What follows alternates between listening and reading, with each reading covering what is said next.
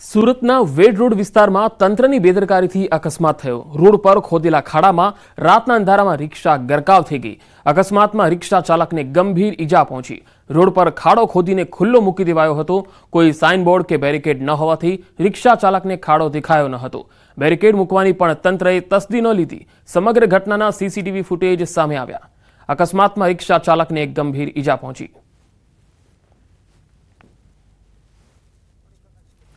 તો વેડ રોડ વિસ્તારનો આ બનાવ છે, જ્યાં મનપાની ઘોર બેદરકારી છતી થઈ।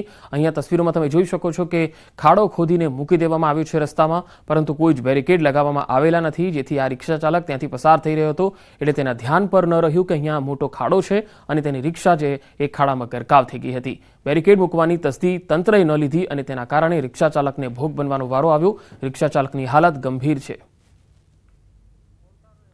રોડમાં ખાડો ખોદીને ખુલ્લો મૂકી દેવાયો। સુરત મહાનગરપાલિકાએ આ પ્રકારના જે જાહેર માર્ગો છે ત્યાં આ ખાડા છે એને કાં તો બેરિકેડ લગાવવા જોઈએ અથવા તો આવા ખાડાઓને પૂરવાની કામગીરી લેવી જોઈએ, પરંતુ પૂરવાના બદલે ખાડો ખોદી અને તેને ખુલ્લો મૂકી દેવાના કારણે વાહન ચાલકો તેના અકસ્માતનો ભોગ બને છે। ક્યાંક કોઈને જીવ ગુમાવવાનો પણ વારો આવે છે। મનપાની આ ઘોર બેદરકારી છે, ગંભીર બેદરકારી છે અને તેના ઉપર ધ્યાન આપવું ખૂબ જરૂરી છે।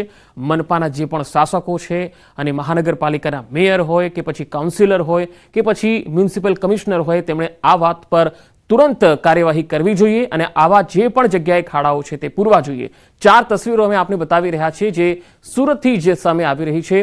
એક તરફ બાળક ગટરમાં ગરકાવ થઈ ગયું છે અને 16 કલાકથી પણ વધુ સમય થઈ ગયો છે, જો કે હજુ આ બાળકને બહાર કાઢી શકાયું નથી। બીજી તરફ ખુલ્લી ગટરોને લઈને સ્થાનિક લોકો વિરોધ કરી રહ્યા છે।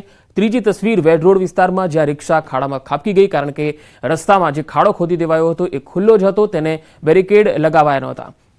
ખુલ્લી ગટરો હવે મોતની ગટરો બની રહી છે। સુરત શહેરમાં એક બનાવ બાદ ખુલ્લી ગટરોનો મામલો તો સામે આવ્યો, પરંતુ સુરતમાં ફક્ત વરિયાવ વિસ્તારમાં જ ખુલ્લી ગટર નથી।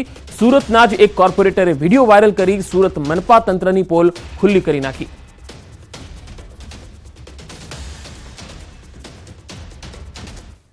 આજુબાજુના વિસ્તારમાં અમે જોયું તો એના જે ઘટના બની એનાથી 200-250 મીટર દૂર